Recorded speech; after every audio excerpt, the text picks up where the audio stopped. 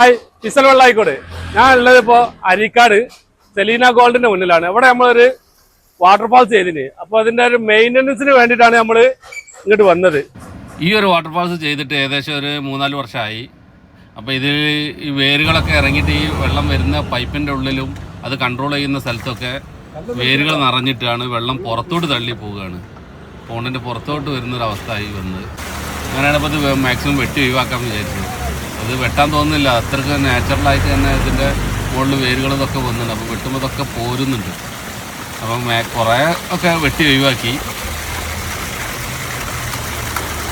പിന്നെ ഇതിൻ്റെ മറ്റൊരു ഭാഗത്ത് ഒരു സെലീന ഗോൾഡിൻ്റെ ഒക്കെ പരസ്യമുണ്ട്, ബോർഡ്. അതൊക്കെ ചെടികൾ കൊണ്ട് കണ്ട് മറഞ്ഞു പോയി. പിന്നെ അതൊക്കെ ഞങ്ങൾ ലേശം വെട്ടി ഒതുക്കി വൃത്തിയാക്കി. പിന്നെ ഇതിൻ്റെ ഇതേമാതിരത്തെ വാട്ടർഫാൾസിൻ്റെ വർക്ക് ഒക്കെ വേണ്ടവർ നമ്മളുമായിട്ട് കോൺടാക്ട് ചെയ്യുക. അതേമാതിരി കോഴിക്കോട് വാട്ടർ ബോഡി ഇങ്ങനത്തെ വർക്കുകളൊക്കെ വേണ്ടവർ നമ്മളുമായിട്ട് കോൺടാക്ട് ചെയ്യുക. Okay, by. പുതിയൊരു വീഡിയോ ആയിട്ട് നമുക്ക് വീണ്ടും കാണാം.